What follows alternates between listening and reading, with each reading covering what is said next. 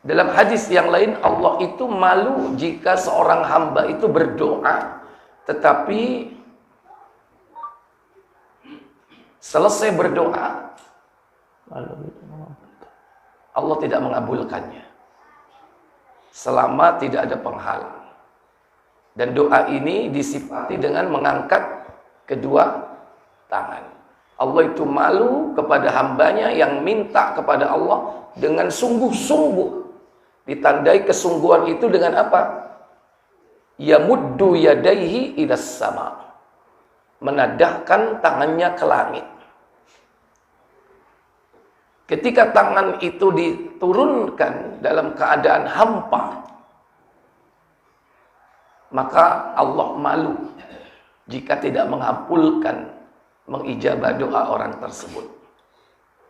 Dalam riwayat hadis Ibnu Majah, juga ada di Abu Dawud 1488.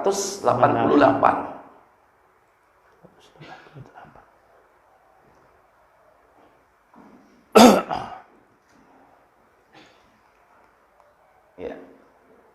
Silakan. Dari Salman radhiyallahu anhu, dia berkata, Rasulullah SAW bersabda, sesungguhnya Rabbmu tabaraka wa ta'ala adalah hidup dan pemurah. Dia malu terhadap hambanya yang mengangkat kedua tangannya dalam berdoa, kemudian ditolaknya dengan tangan kosong. Ya.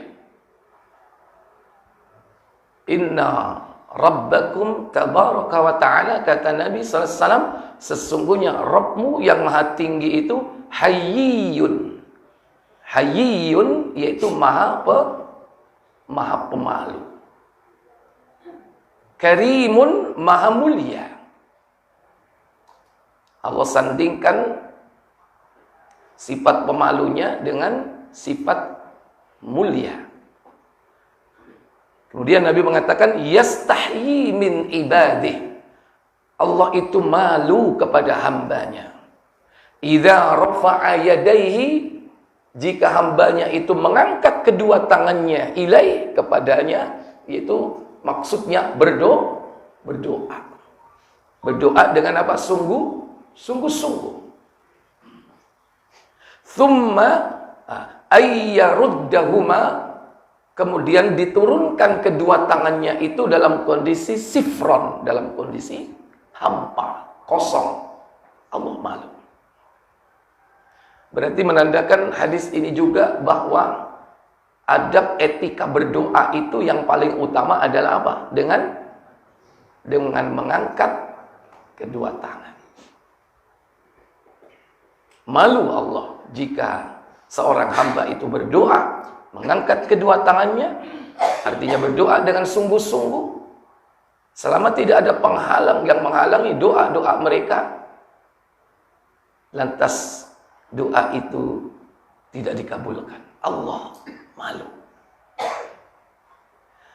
Ini sifat malu yang dinisbatkan kepada Al-Khaliq, yaitu pencipta. Ada kalanya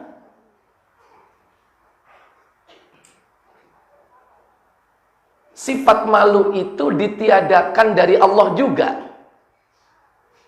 Ditiadakan dari Allah. Seperti ayat tadi yang dibaca dalam surah Al-Baqarah, ayat yang ke-26 ya. Innallaha la yastahyi.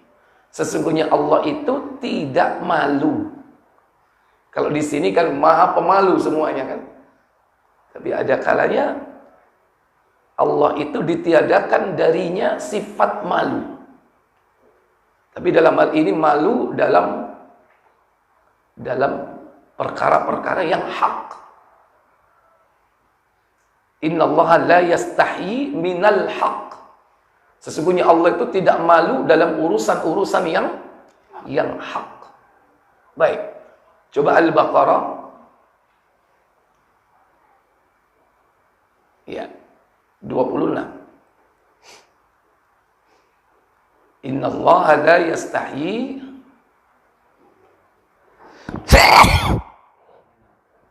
Alhamdulillah. Alhamdulillah. Yahdikumullah. Baca semua, Ustaz. Ya, boleh, silakan. Sesungguhnya Allah tiada segan membuat perumpamaan berupa nyamuk atau yang lebih rendah dari itu.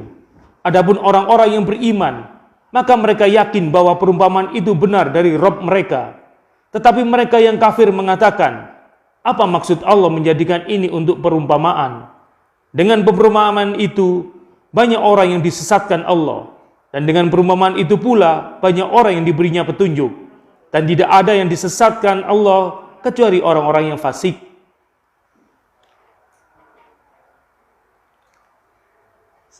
Innallaha la yastahyi ayyadriba mathalam ma ba'udah.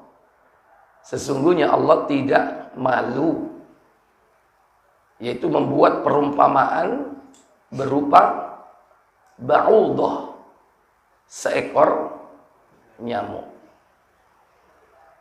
Fama fawqaha, bahkan yang lebih kecil dari itu. Apa yang lebih kecil dari nyamuk, Bapak Ibu? Bisa semua. Tengu itu apa tengu? Besar di nyamuk. Oh, telurnya nyamuk. Ono maneh. Ya bebek gede, doke bebek ya cili. Masa ono doke bebek luwih gede timbangane bebek. Ono maneh. Mungkin pada zaman Rasulullah itu yang dekat dengan kehidupan mereka, binatang yang kecil itu mungkin salah satunya adalah nyamuk. Dan nyamuk itu disifati bukan hanya sekedar hewan yang kecil, tapi punya kebiasaan mengganggu. Maksudnya ngapain sih Allah nyiptakan makhluk kalau makhluk itu buat repot? Ya jawabannya siji, ono sing repot, ono sing resek ya. Bahkan sekarang ditemukan alat yang mendeteksi berbagai macam hewan-hewan yang lebih kecil dari itu. Contohnya apa tadi?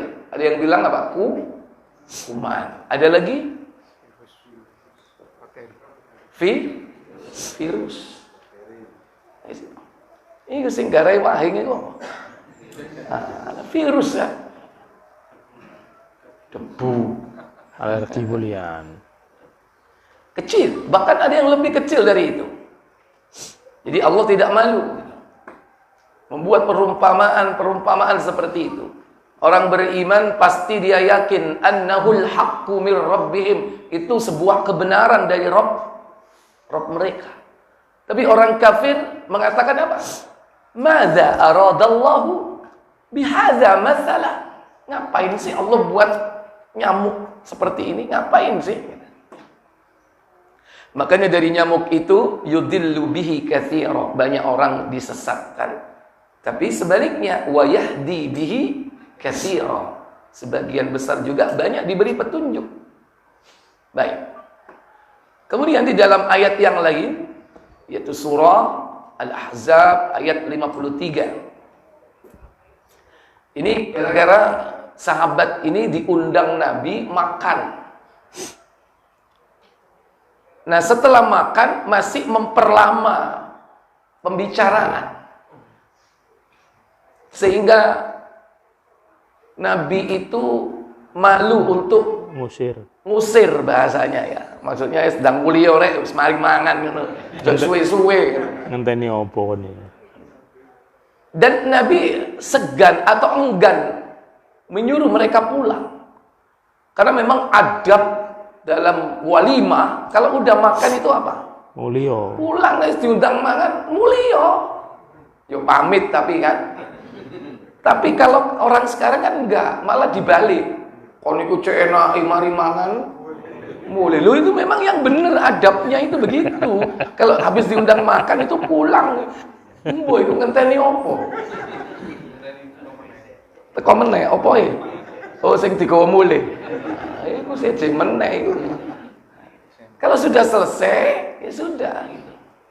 Kecuali kalau mau pulang, Pak, sebentar, Pak. Sebentar, ya kan? Apa? Nah, berkat durung. Nah, itu. Jadi ini ayat 53 Al-Ahzab ini salah satu etika dan adab yang Allah turunkan Al-Ahzab 33.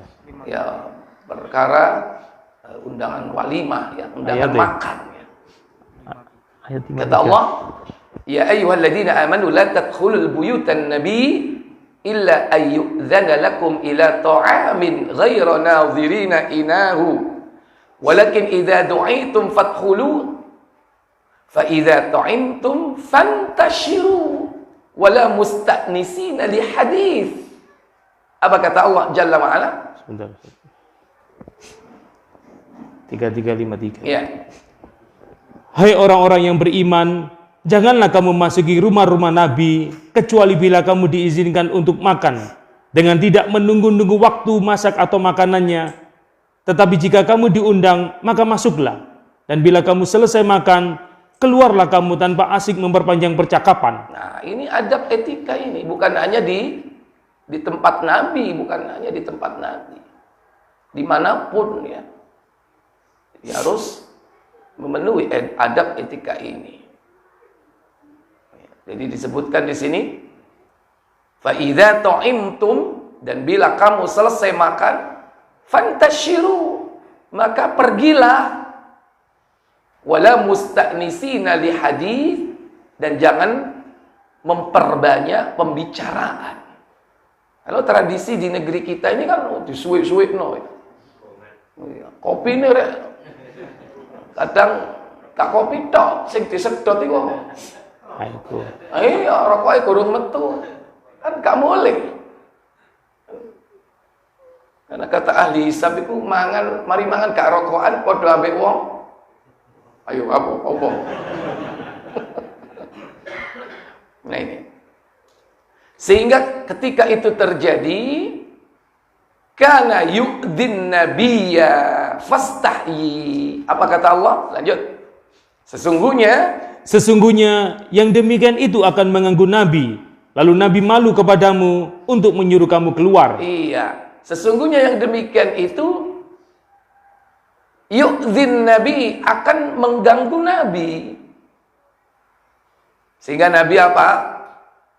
Yastahyi minkum, malu kepada kalian untuk menyuruh kalian keluar dari rumah. Tapi orang sekarang juga ada trik ya. Ada metode untuk ngusir. Ya, biasanya mari ayo sholli ala Muhammad. Itu metode ngusirnya. Ya. Ya, sholawatnya kadang bukan sholawat untuk beribadah kadang-kadang ya. Jadi cara metode ngusir. Kalau sudah disolawati pasti mulih kabeh ya. Berarti wis entek kalau BCE berarti. Nah, kemudian Allah katakan wallahu la yastahyi minal haq. Dan bahwa Allah itu tidak malu menerangkan yang hak, yang benar. Jadi menerangkan hukum ini, adab etika ini. Yang mungkin sebelumnya enggak ada. Maka Allah turunkan. Padahal ini perkara apa? Itu kan perkara yakni yang merusak ya, perasaan seseorang. Sehingga merasa nggak enak, merasa pekewu ya. Nah, dalam Islam ini hal-hal yang hak itu harus tetap diterangkan. Harus tetap ditegakkan kebenaran itu. Dan Allah tidak malu menerangkan perkara yang mungkin yang dianggap ini kecil gitu loh. Perkara remeh, bukan perkara hukum yang yang sampai membawa pada konsekuensi had misalnya, sampai dipotong tangan, sampai dicambuk misalnya. Tidak sampai membawa hukuman seperti itu. Ditakzir misalnya, enggak. Tapi ini hanya sekedar melukai perasaan yang berkaitan dengan perasaan. Tapi karena ini kebenaran, Allah nggak malu itu. Berbicara tentang perkara yang mungkin dianggap manusia tidak penting. Tapi hakikatnya ini penting. Karena dalam Islam itu apapun, apakah itu syariat, apakah itu muamalah, bahkan adab-adab etika. Kalau memang itu harus diketahui untuk kemaslahatan umat manusia, maka itu adalah al-haq, yaitu kebenaran. Baik. Jadi pada Allah dinisbatkan sifat malu, juga dari Allah ditiadakan sifat malu. Sekarang yang ada pada makhluk. Nah, di dalam hadis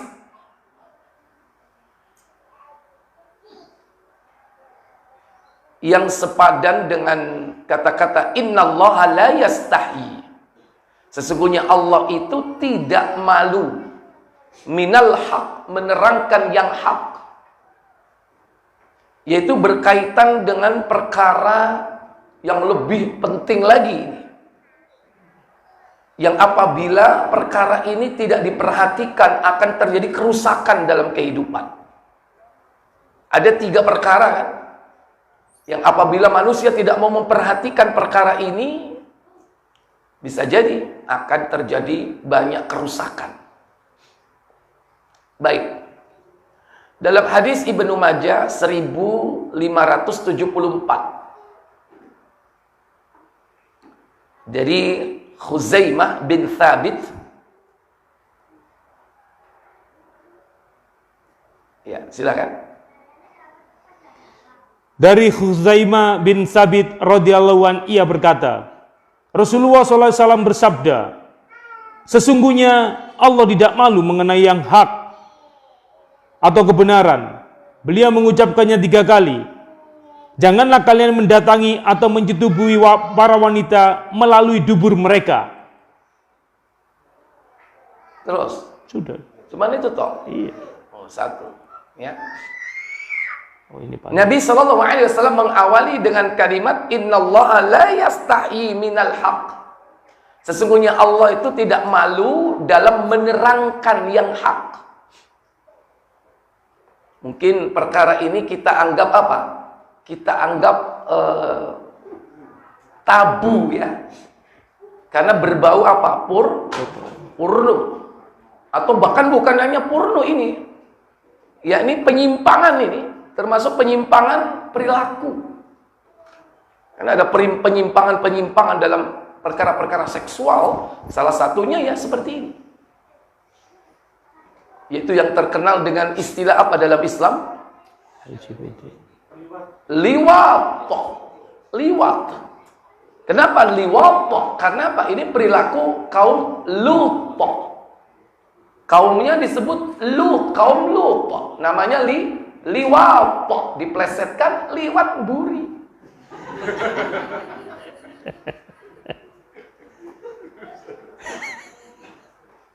Nabi SAW mengatakan Allah nggak malu menerangkan perkara ini, walaupun dianggap orang bilang jorok gitu loh, tapi ini hak.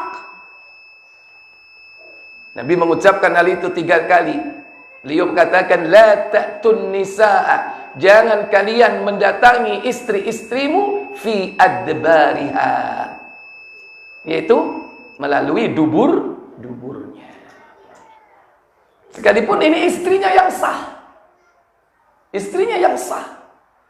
Karena ini merupakan penyimpangan kalau ada orang seperti ini. Apalagi bukan istri. Double hukumnya. Bukan istri orang lain. Berarti zina plus dosanya ini. Apalagi bukan wanita. Nah, tambah nemen, istilahnya apa tadi? LGBT. Ya ini. Dan ini penyimpangan yang azabnya luar biasa. Yang Allah hancurkan kaum Lut itu dengan siksa yang pedih. Negerinya diangkat, dibalik ke bawah. Kemudian dihujani dengan batu dari langit. Yang batu itu musawwamatan inda rabbihim. Yaitu apa? Sudah dikasih tanda. Sudah ada namanya itu batu. Jadi nggak kena orang lain. Pasti kena dia. Ibarat kalau senjata modern apa? Peluru kendali. Tapi peluru kendalinya Allah batu. Itu akan mengenai orangnya secara spesifik. Baik. Jadi Allah tidak malu dalam menerangkan perkara-perkara demi kemaslahatan umat manusia. Nah, sekarang berikutnya ada hadis yang lain, An-Nasa'i 196. Termasuk dalam perkara ini, yakni apabila seseorang itu bertanya tentang perkara yang hak, gak usah malu-malu. Karena Allah sendiri tidak malu menerangkan yang hak. Maka kita pun demikian. Kalau bertanya tentang sesuatu dan itu perkara yang hak, gak usah malu. Baik. Dari Aisyah. An-Nasa'i 196. Enggak sama. Enggak sama. Baik, dari Aisyah bahwa Ummu Sulaim berbincang-bincang dengan Rasul sallallahu alaihi wasallam dan aku sedang duduk. Kemudian Ummu Sulaim berkata, "Wahai Rasulullah, Allah tidak malu sedikit pun dari kebenaran." Diawali dengan itu. Kata Ummu Sulaim, "Innallaha la yastahi minal haq." Dia mengambil potongan ayat yang ada di dalam Al-Quran. Surat apa tadi? Al-Ahzab ayat 53. Sebelum bertanya kepada Rasul, Ummu Sulaim mengatakan, "Innallaha la yastahi minal haq." Sesungguhnya Allah itu tidak malu dalam urusan yang hak. Kemudian bertanya kepada Nabi, "Ara'aital mar'ata tara fi naumi ma yara ar-rajul? Afataqtasilu min dhalik?"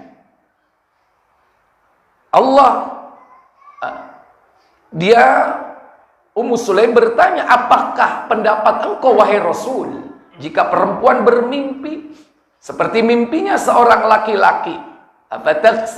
Afataqtasilu min dhalik?" Apakah dia harus mandi ketika dia ihtilam? Mimpi basah, ihtilam. Sebagaimana yang terjadi pada laki-laki. Faqala laha, Nabi kemudian mengatakan, "Na'am, iya."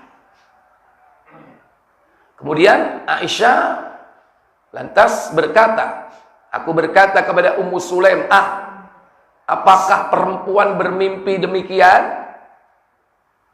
Lalu Rasulullah SAW menengok kepadaku dan berkata, "Beruntunglah kamu. Taribat yaminuk, beruntunglah kamu. Famin aina yakunu syabah? Famin aina yakunu syabah?" Lalu dari manakah kemiripan itu? Artinya seseorang itu mirip bapaknya, mirip ibunya. Terbentuk bagian tubuhnya, termasuk wajahnya itu percampuran dari spermatozoa dan ovum. Yang kedua-duanya ini dalam bahasa Islam disebut dengan apa?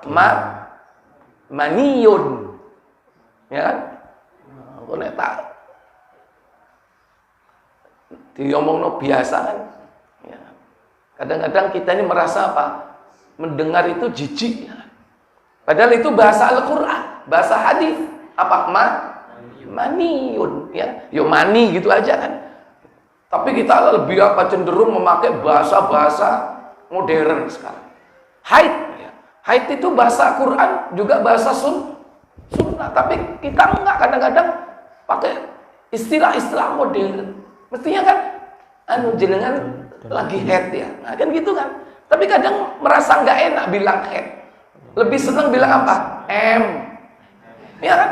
Padahal M itu nggak jelas, M itu bisa mencret kan gitu.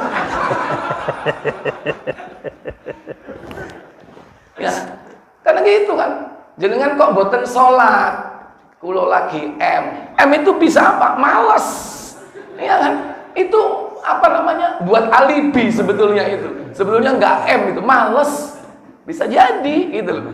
Maka yang benar, yang jelas, yang tegas apa? Haid, yang jelas itu. Tapi orang malu mengucapkan haid, malu mengucapkan mani. Itu semua bahasa Quran Sunnah. Dalam riwayat yang lain, Nabi ketika ditanya, apakah dia harus mandi? Iya, harus mandi jika dia melihat air. Jika dia melihat air. Air apa di situ? Maniun, air mani. Nah, ini perkara hak seperti ini.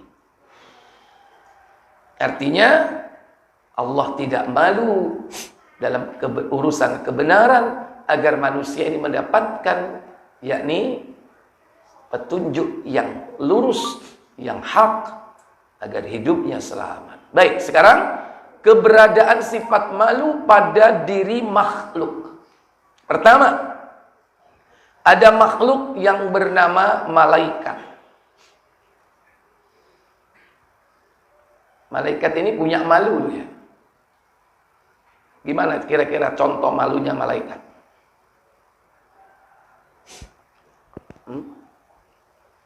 Malaikat itu malu apabila melihat orang telanjang. Malu. Malaikat itu apabila melihat orang telanjang dia pergi, meninggalkan orang tersebut. Makanya malaikat itu akan pergi pada 2 saat. Pertama, saat dia masuk kamar mandi. Yang kedua, saat dia melakukan jima, pergi. Malu malaikat itu melihat seperti itu. Lu nek menungso enggak malah digoleki gambari. Hah? Iya, malah digoleki film ya kan? Bener enggak itu? Salah. Bukan sampean, Pak. Ini maksudnya umumnya orang gitu loh. Ya, kalau di sini nggak ada di sini. Nggak ya. ngaku. Kalaupun iya mungkin. Nggak ngaku. Ya. Manusia itu malah nyari-nyari gambar orang telanjang gitu loh. Malaikat itu kalau ada gambar telanjang atau melihat orang telanjang dia pergi. Malu. Malaikat Jibril ketika bertamu ke rumah Rasulullah pada waktu malam hari, Malaikat Jibril nggak masuk rumah. Gara-gara apa? Karena ada Aisyah tidur sedang membuka pakaian luarnya. Malu malaikat itu. Padahal malaikat itu tidak tertarik kepada wanita. Nggak tertarik pada, tapi ada rasa malu. Malaikat tidak berjenis kelamin. Malaikat tidak punya nafsu.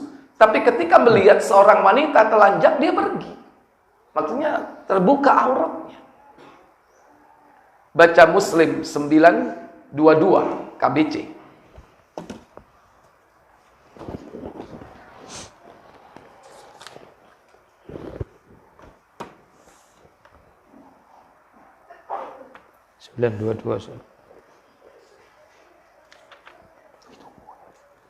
Ziarah kubur.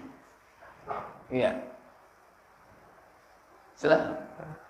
Dari Muhammad bin Qais bin Mahroma bin Muttalib radhiyallahu an, bahwa pada suatu hari dia berkata, "Sukakah kamu kuceritakan padamu suatu peristiwa mengenai diriku dan ibuku, yaitu Aisyah radhiyallahu anha. Kami sangka ibu yang melahirkannya." Katanya Aisyah radhiyallahu an berkata, "Sukakah kamu kuceritakan kepadamu suatu peristiwa mengenai aku dengan Rasulullah SAW?" Jawab kami, "Tentu, sudah tentu kami suka, ya Ummul Mukminin." Katanya, pada suatu malam, ketika giliran Rasulullah SAW di rumahku, setelah beliau menanggalkan pakaiannya dan meletakkan trompanya dekat kaki dan membentangkan pinggir jubahnya di atas kasur, lalu beliau berbaring. Setelah beberapa lama kemudian, dan barangkali beliau menyangka aku sudah tidur, lalu beliau ambil baju dan terompahnya, dibukanya pintu perlahan-lahan, kemudian ditutupnya kembali perlahan-lahan. Menyaksikan beliau seperti itu, kukenakan pula bajuku, dan kututup kepalaku dengan kain, kemudian kuikuti beliau di belakang, hingga sampai ke Baqi. Ya, ini Aisyah nguntit Rasulullah keluar dari kamarnya, keluar dari rumahnya, sampai kemana? Ternyata sampai ke makam Baqi. Ini menandakan bahwa Aisyah ini sedang diliputi oleh rasa apa? Cemburu. Khawatir kalau Rasulullah itu pergi ke istrinya yang lain. Kan rumahnya berdekatan kan? Iya. Makanya dikuntit. Ternyata bukan di rumah istri yang lain, pergi kemana? Ke kuburan, yaitu makam Baqi al-Gharqad. Sampai di sana apa yang beliau lakukan? Sampai di sana beliau berdiri agak lama. Kemudian beliau mengangkat kedua tangannya 3 kali. Nah, ini cara ziarah kubur. Karena ternyata Rasulullah diajak malaikat Jibril berziarah kubur. Beliau berdiri agak lama, mengangkat kedua tangan sebanyak berapa kali? 3 kali. Berarti adab etika ziarah kubur cukup berdoa dengan berdiri dan mengangkat apa? Kedua tangan menghadap ke arah kiblat. Nah, kiblat kalau di Madinah itu arahnya mana? Ke selatan. Ya. Dan kalau kita lihat yang namanya kuburan ini arahnya mana? Barat, timur. Kenapa? Karena kiblatnya ke selatan. Sehingga kepalanya di mana? Di barat, kakinya di mana? Timur. Ojo keliru. Duh, kuburan angke ini kok kuburan Cina, rek. Ya. Orang kalau nggak paham dipikir kuburan Cina, barat timur. Kenapa? Karena kiblatnya di arah selatan. Kalau di sini kan enggak, kiblatnya ke arah barat. Makanya kepala di utara, kaki di selatan. Jangan bingung di sana. Nah, 3 ini adabnya, menghadap kiblat, berdiri, mengangkat kedua tangan. Ini cara beliau berziarah kubur dan diajarkan kepada kita. Bukan duduk-duduk. Mengenai gara-gara longgo-longgo itu akhirnya apa? Dikerami. Ini gara-gara itu kaki ikuti tuntunan. Soalnya kan longgo. Enak ingin lagi dikerami kerja isok ngelempo silo sing tenang. Karena awan panas digawe payon. Iya kan? Ya siku sing garai. Kalau orang sudah menyimpang dari sunnah, nanti ada aja setan itu sedikit-sedikit menggiring manusia melakukan penyimpangan. Lanjut. Sesudah itu beliau berbalik pulang. Aku pun balik pula mendahului beliau. Kalau beliau berjalan cepat, aku pun berjalan cepat-cepat. Bila beliau berlari-lari kecil, aku pun demikian pula. Ketika beliau sampai, aku pun sampai lebih dahulu daripada beliau. Masuk rumah dan langsung tidur. Setelah itu kenapa langsung tidur? Wedi konangan. Ya. Setelah itu beliau masuk dan bertanya, "Kenapa engkau, hai Aisyah? Kudengar napasmu kembang kempis." Lapo kon syah. Ya kan? Kok menggos? Jangan ngomong menggos. Terus, jawabku, "Tidak kenapa-kenapa ya Rasulullah." Kata beliau, "Ceritakanlah kepadaku, ataukah Allah yang akan menceritakan kepadaku?" Berarti ini menandakan Rasulullah sakti atau enggak? Enggak sakti, karo. Ya kan? Enggak ada Rasulullah. Nek Rasul sakti, kon maring ngentutno aku ya. Enggak, Rasulullah enggak. Lah pokoknya iku menggos-menggos. Sampai Nabi mengatakan, "Ceritakanlah." Kalau tidak Allah menceritakan kepadaku. Itu kalau Rasul, nek sampean dedes bojomu, ceritano Dek, nek gak ngono kalau gak takei blonjo. Itu kalau kita kan itu ancamannya, gak takei blonjo. Kalau ancamannya ini apa? Kon gak cerita, kon Allah sing cerita. Ya, terus jawabku, "Ya Rasulullah, demi bapak dan ibuku." Lalu kuceritakan kepada beliau apa yang telah terjadi. Ya. Kata beliau, "Kalau begitu, engkaulah kiranya bayangan hitam yang kulihat di hadapanku tadi." Nah, ya, nek ngono, sak kelebatan ireng iku paling awakmu iku mau. Ini menandakan Rasul enggak sakti. Nek sakti kan mesti diceluk. Aisyah, lapo kon? Kan gitu kan. Ayo mulai. Kan enggak gitu. Ya, oh, kalau begitu tadi itu mungkin bayangan hitam ya yang ada di itu. Kulihat tadi itu. Kemudian, "Benar ya Rasulullah." Jawabku, "Benar ya Rasulullah." Lalu beliau menolakkan dadaku sehingga terasa sakit bagiku. Iya, jadi dadar Aisyah ditekan sama Rasulullah. Sampai terasa sakit. Rasulullah itu tidak pernah memukul istrinya. Tidak pernah memukul istri. Tapi dalam perkara ini Rasulullah pernah menekan dada Aisyah sampai terasa sakit. Gara-gara apa? Gara-gara Aisyah curiga kepada Rasul. Dipikir Rasul berbuat zalim. Yaitu apa? Pergi ke istrinya yang lain. Itu kan kecurigaan. Ya, lanjut. Kemudian beliau berkata, apakah engkau masih curiga Allah dan Rasulnya akan berbuat curang terhadapmu? Jawabku, setiap apa yang dirahasiakan manusia pasti Allah mengetahuinya juga. Kemudian Rasulullah menceritakan kenapa beliau sampai keluar. Katanya, tadi Jibril datang, tetapi karena dia melihat ada engkau, dia memanggilku perlahan-lahan sehingga tidak terdengar olehmu. Aku menjawab panggilannya tanpa terdengar pula olehmu. Dia tidak masuk ke rumah karena engkau telah menanggalkan pakaianmu. Nah, ini dia. Dia tidak masuk ke rumah karena engkau telah menanggalkan pakaian. Lu malaikat itu loh. Seandainya masuk melihat begitu, tertarik enggak? Enggak tertarik. Gak ngamper. Nggak ngefek gitu loh. Ini tidak lain akhlak para malaikat.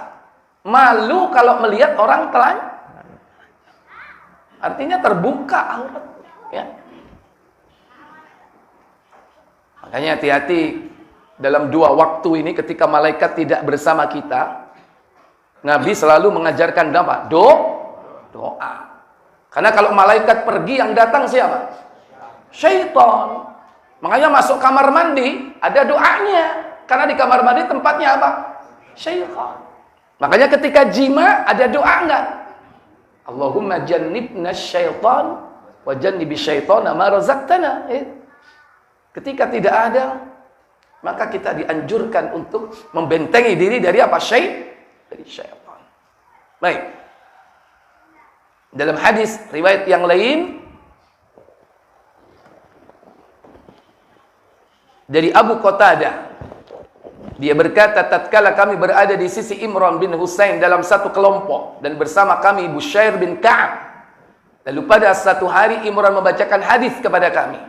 Dia mengatakan bahwa Rasul sallallahu alaihi wasallam bersabda, rasa malu seluruhnya itu adalah baik.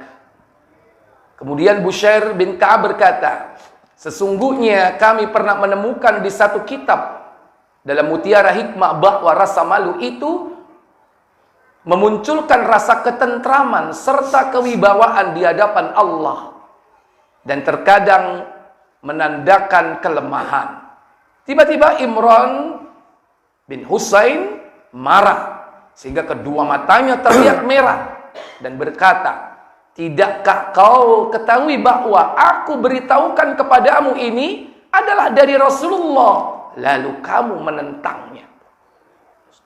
Abu Qatadah mengatakan, maka Imran mengulangi hadis tersebut dan Abu Qatadah mengatakan Bushair juga mengulanginya. Lalu Imran marah dan kami lalu mengatakan sesungguhnya ia adalah Abu Nujaid di antara kami. Sesungguhnya dia tidak apa-apa. Artinya ketika diterangkan bahwa rasa malu itu semuanya akan mendatangkan apa? Kebaikan. Sudah, jangan dibantah. Maka Bushair bin Ka'ab membantah bahwa dia menyebut kitab-kitab yang tidak jelas yang pernah dia baca di antara kitab hikmah katanya. Rasa malu itu katanya apa? Memunculkan ketentraman dan juga menandakan kelemahan. Ini kalimat kelemahan ini yang tidak disetujui oleh Imran bin Husain, sahabat Nabi sallallahu alaihi wasallam. Baik. Kemudian dalam hadis Muslim, malu itu bagi makhluk, terutama manusia, adalah bagian daripada iman. Baca Muslim KBC nomor 30.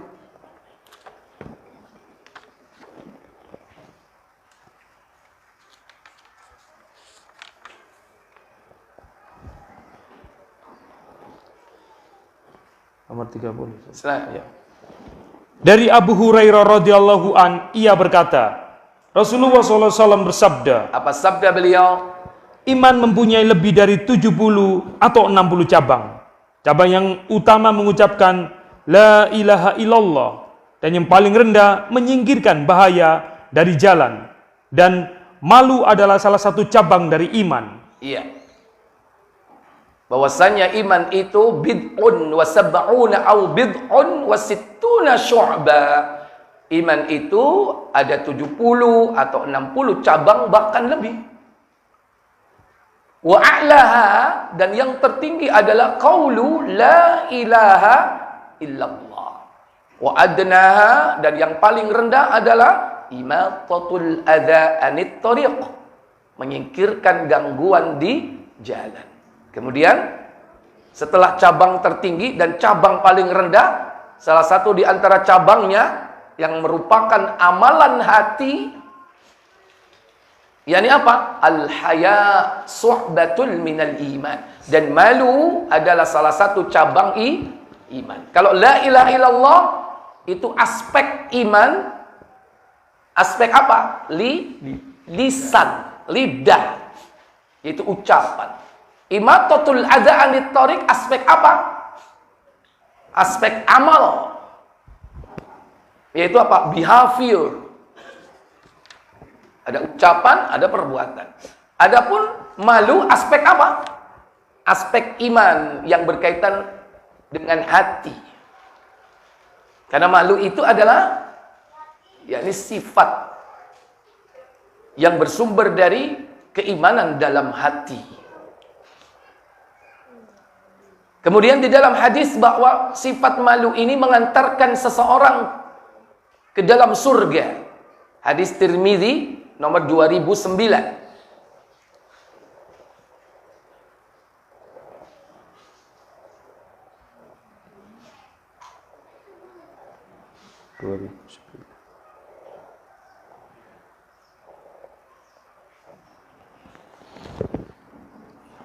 Abu Hurairah.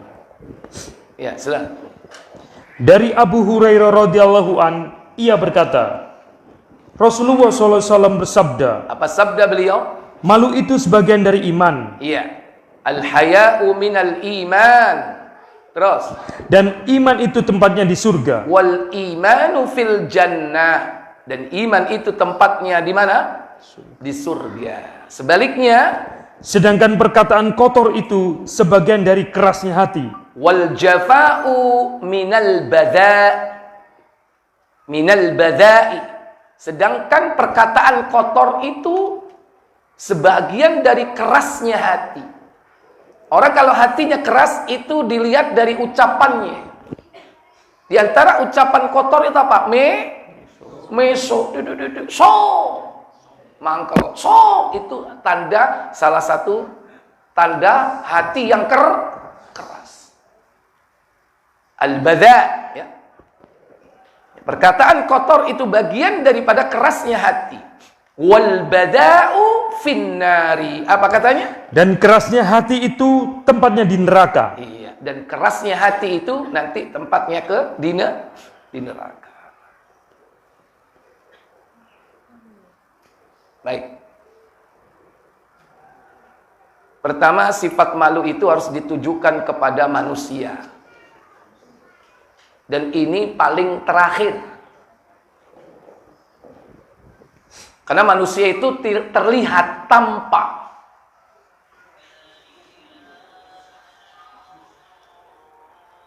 Karena umumnya orang malu itu kalau dilihat siapa? Halo? Dilihat manusia. Pernah nggak ada rasa malu kita ketika dilihat oleh malaikat? Halo?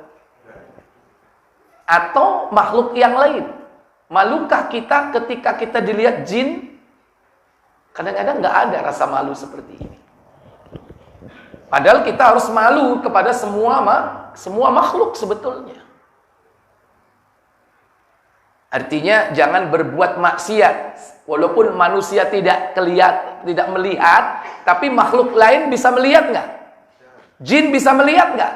Bisa. Di suatu saat kita ngomong X, di lain saat kita ngomong Y. Bisa jadi manusia nggak tahu, tapi bisa jadi jin itu melihat. Oh, pancen juga duwe isi. Demikian pula malaikat bisa jadi melihat. Apalagi malaikat yang selalu mendampingi kita, raqibun atid. Nah, kalau sifat malu itu ditujukan kepada makhluk gaib yang tidak tampak, artinya kita menjaga, mengontrol diri. Sekalipun manusia tidak melihat atau kita tidak terlihat oleh manusia, itu tingkat malu lebih tinggi. Malu kepada yang gaib, baik dari kalangan jin maupun malaikat. Sementara mereka bisa melihat kita, kita tidak bisa melihat mereka. Nah, malu yang paling basic, paling dasar, yang mau tidak mau harus tetap ada, yaitu malu kepada manusia.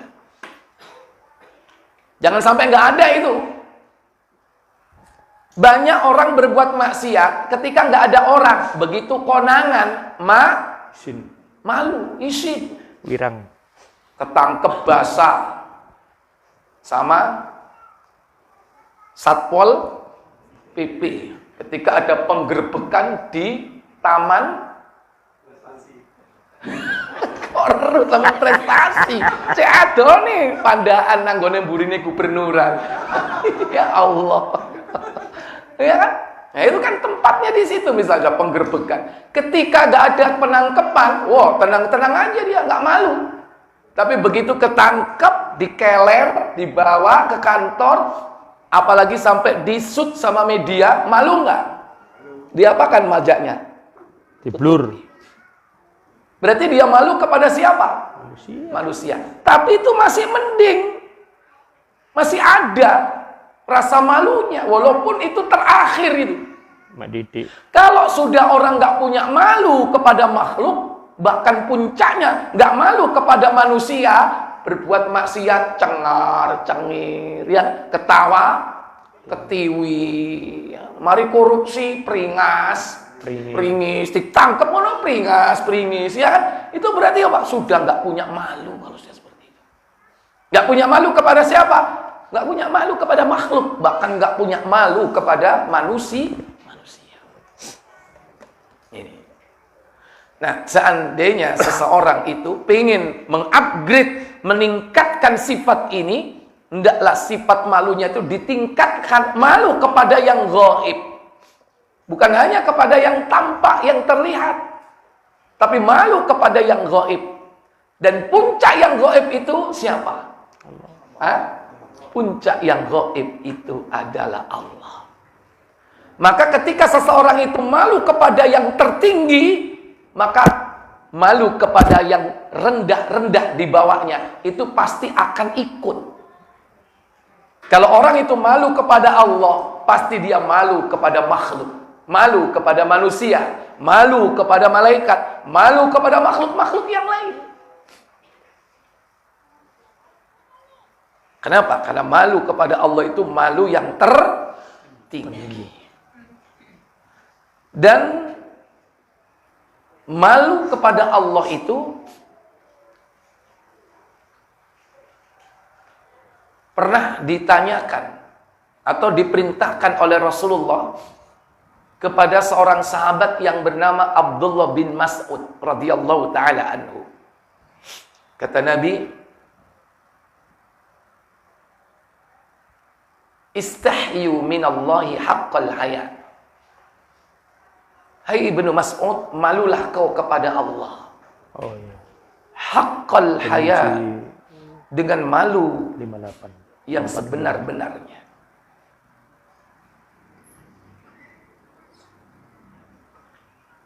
Buka Tirmizi 2458 2458.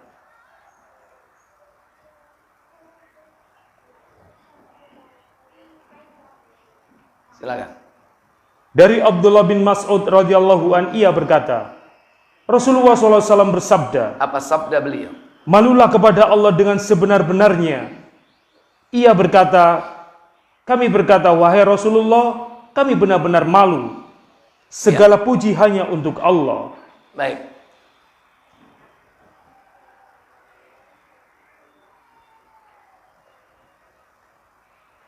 Nabi SAW mengatakan, malulah kepada Allah dengan sebenar-benarnya malu. Maka Abdullah bin Mas'ud berkata kepada Rasulullah, nastahyi minallahi haqqal haya. Kami benar-benar malu kepada Allah. Kemudian dia ucapkan apa? Memuji Allah. Alhamdulillah. Segala puji bagi Allah. Dipikir malu kepada Allah itu cuma dengan cara begitu. Apa kata beliau? Beliau menjawab, bukan seperti itu. Laisa dzaka. Bukan seperti itu Abdullah bin Mas'ud. Cara malu kepada Allah itu. Akan tetapi, apa kata Rasulullah? Akan tetapi, malu kepada Allah yang benar itu adalah dengan memelihara kepala dan apa yang ada padanya. Iya. Al-istihya'u minallahi. Malu kepada Allah itu haqqal haya, dengan malu yang benar adalah antahfadar ra'sa wa ma wa'a, yaitu memelihara kepala dan apa yang ada padanya. Yang kedua, memelihara perut dan apa yang berhubungan dengannya. wa antahfadul batna wa ma hawa, memelihara perut dan apa yang berhubungan dengannya. Terus, dan mengingat mati dan kehancurannya. iya. Walitadhkiril maut, walitadhkiril mauti wal bila, mengingat kematian dan kehancuran kehidupan dunia. Terus yang ketiga, Siapa saja yang menghendaki akhirat, maka hendaklah ia meninggalkan perhiasan dunia. iya. Wa man aradal akhirah taraka zinatad dunya. Dan barang siapa yang menghendaki kehidupan akhirat, maka hendaklah ia meninggalkan perhiasan dunia. Kemudian, apa kata beliau? Siapa saja yang telah melakukan itu semua, maka ia sungguh telah malu kepada Allah dengan sebenar-benarnya. Iya. Wa man fa'ala dzalik, maka barang siapa yang melakukan semua itu, fa innahu nastahyi minallahi haqqal haya, maka sesungguhnya ia telah malu kepada Allah dengan sebenar-benarnya malu. Ada berapa poin di sini Bapak Ibu Saudara sekalian? Malu yang benar kepada Allah itu bagaimana? Pertama, apa itu? Antahfadar ra'sa wa ma wa'a, memelihara kepala dan apa yang ada padanya. Apa yang ada di kepala? Mata, telinga, mulut. Akal. Orang yang malu kepada Allah itu akalnya ini dijaga. Bukan otaknya ya. Kalau otak itu fisik. Tapi yang dijaga itu fungsi dari otak. Itu apa? Berpikir. Yaitu dengan akal. Kalau menjaga hanya sekedar fisik otaknya, pakai helm aja Pak. Supaya nggak gagar otak. Bukan begitu memelihara kepala. Tapi memelihara akalnya. Nah, akal ini bisa rusak contohnya karena sebab apa? Ada kalanya rusak fisik dan juga rusak fungsi. Contohnya karena dia melakukan perbuatan dosa apa? Otaknya rusak dan fungsinya juga rusak. Khamr. Halo? Khamr, minuman keras. Otak bisa rusak. Secara fisik juga secara fungsi.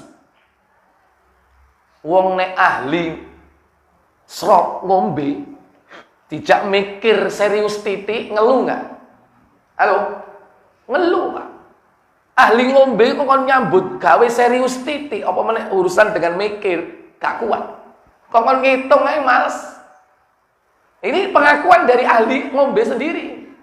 Harus nyambut gawe, yang penting si fisik. Kalau mikir-mikir males. Itu berarti apa? Otaknya sudah rusak. Bahkan ada yang sampai rusak otaknya itu dia nggak bisa mengontrol diri. Gendeng. Walaupun dia bukan dikatakan gila ya. Tapi apa? Saraf-sarafnya nggak berfungsi. Kalau gawe ini apa?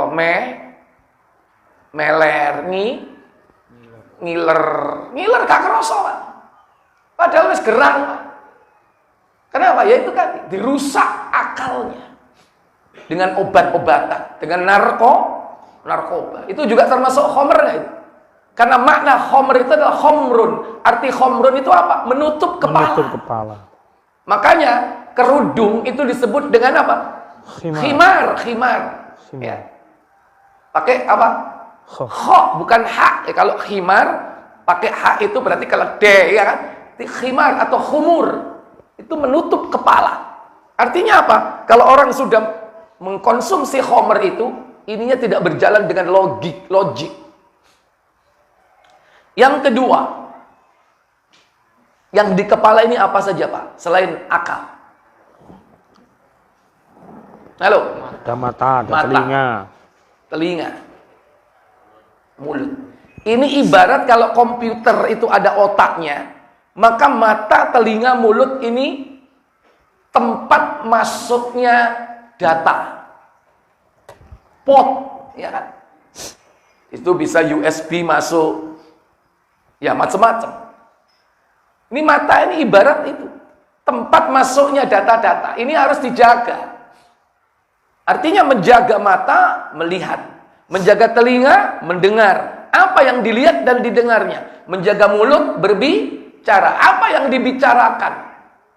Makanya orang yang melihat gambar-gambar porno berarti orang itu tidak punya apa?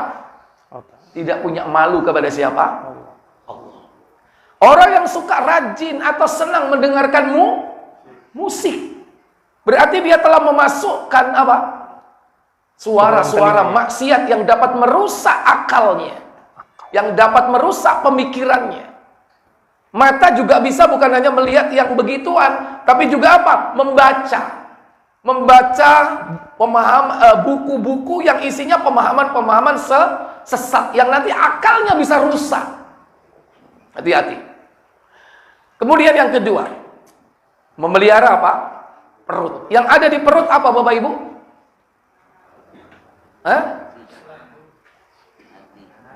Lambung, terus. Yang ada di perut. Ya. Ya udah, mulai dari atas, alat pencernaan, mulut, kerongkongan, lambung, usus 12 jari, usus halus, usus besar, rektum. Ini pelajaran biologi kita ngaji gitu. Nah, yang ada di perut ini maksudnya apa? Alat pencernaan. Bukan alat pencernaannya yang dijaga secara fisik. Kon ojo mangan sing keras-keras, ojo mangan sing pedes-pedes, bukan. Itu menjaga secara fisik. Kon kok nggarakno kanker usus lu. Kon kok nggarakno sakit ini, sakit itu. Bukan. Tapi yang dimaksud di sini apa? Menjaga perut, menjaga konsumsinya itu halal apa haram. Maka orang yang memakan barang yang haram berarti orang itu tidak punya apa? Tidak punya malu kepada Allah. Orang yang makan hasil riba, orang itu nggak punya malu kepada Allah. Kenapa? Karena tidak menjaga perutnya. Orang yang makan hasil yang dilarang, yang diharamkan, hasil perjudian, hasil penipuan, hasil apapun yang diharamkan, hasil korupsi, mencuri, merampok dan sebagainya, itu adalah termasuk tidak menjaga perut. Berarti orang ini tidak apa? Tidak punya malu kepada Allah tabaraka wa ta'ala.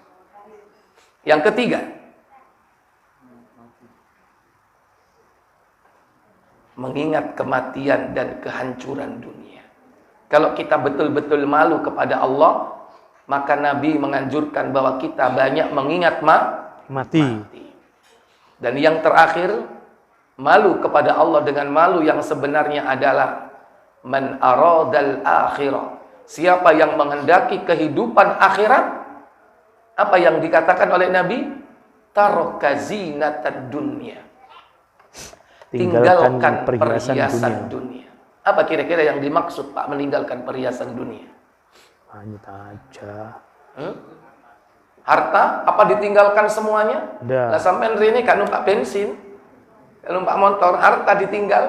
Maksudnya apa? Zina. Zina di sini apa? Perhiasan. Perhiasan itu maksudnya sesuatu yang diinginkan.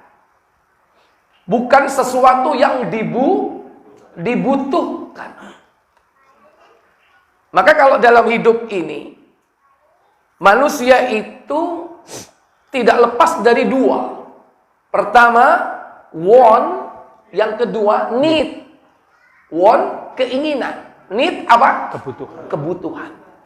Kalau dalam bahasa ekonomi, ada kebutuhan itu primer, ada sekunder. Nah, yang primer inilah yang sebetulnya kebutuhan.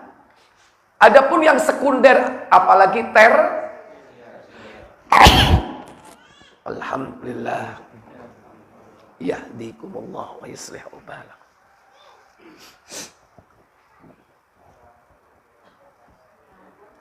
Mangan sedina ping telu. Itu jadi adat di negeri kita.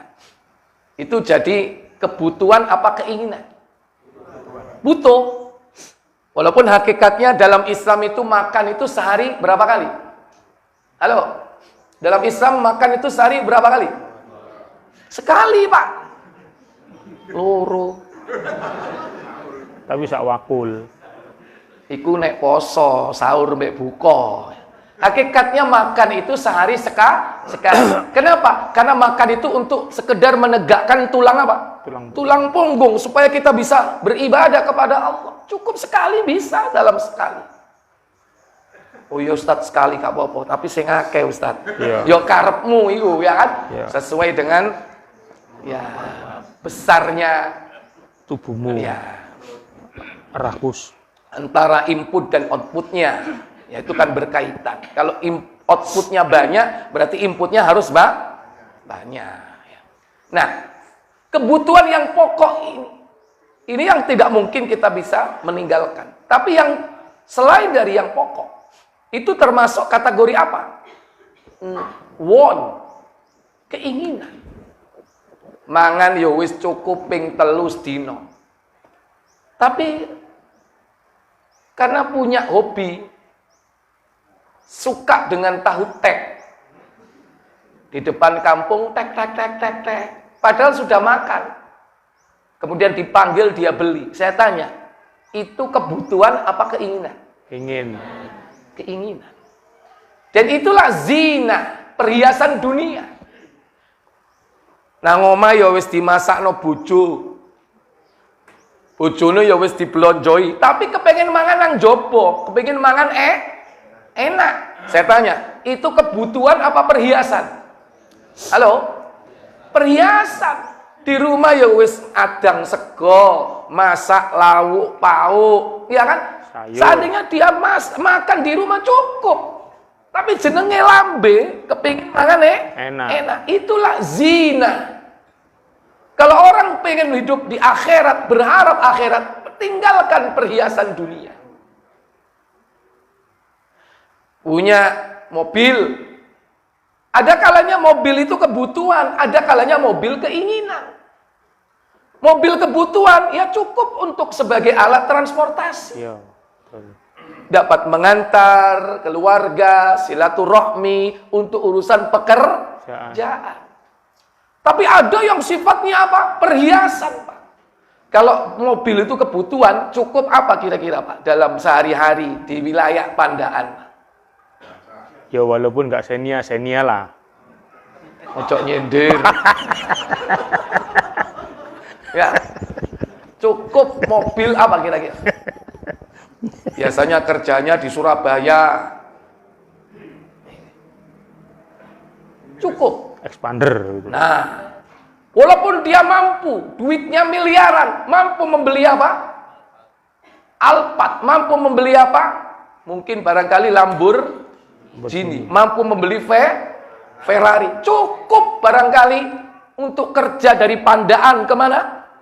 Ke Surabaya, mungkin Innova. barangkali Kijang Innova. Cukup nggak? Cukup. Cukup. Itu berarti kebutuhan. Selebihnya itu adalah perhiasan. Ambil fungsi dari jam itu sebagai apa? Alat penunjuk waktu. Walaupun dia mampu membeli Rolex yang harganya berapa? Ratusan juta. Tapi cukup fungsinya diambil. Kira-kira apa? Jam apa kira-kira? Loh, itu loh nyebut Seiko, Alba. Itu cukup. Selebihnya itu adalah apa? Selebihnya itu adalah Perhiasan. Lonceng. Untuk alat tulis mungkin barangkali cukup apa? Pilot. Walaupun dia bisa beli yang warnanya emas, bukan hanya warnanya, memang Emas. harganya sampai puluhan juta. Cukup sebagai alat fungsi saja. Inilah orang yang malu kepada Allah. Seandainya dia punya harta, harta itu bukan untuk keinginan-keinginan di dunia ini. Lebih baik harta itu apa? Diinfakkan di mana? Di jalan Allah Tabaraka wa Ta'ala. Dan harta itulah yang akan dijumpai kelak di akhirat. Dalam rangka apa semua ini? Malu kepada Allah. Makanya Nabi mengatakan, "Wa man aradal akhirah", siapa yang menghendaki kehidupan akhiratnya itu nyaman, enak, tinggalkanlah perhiasan dunia. Sekalipun kau mampu membeli perhiasan itu. Wallahu a'lam. Siapa yang melakukan semua ini, maka dia berarti telah betul-betul malu kepada Allah Tabaraka wa Ta'ala. Baik Bapak Ibu, inilah pembahasan kita pada pagi hari ini. Semoga Allah memudahkan kita untuk memahami sekaligus untuk mengamalkannya dalam kehidupan kita sehari-hari. Baik, mungkin sementara tidak ada pertanyaan. Saya cukupkan sampai di sini. Kita tutup kafarat majelis. Subhanakallahumma wa bihamdik asyhadu an la ilaha illa anta astaghfiruka wa atubu ilaik. Wassalamualaikum warahmatullahi wabarakatuh. Waalaikumsalam warahmatullahi wabarakatuh.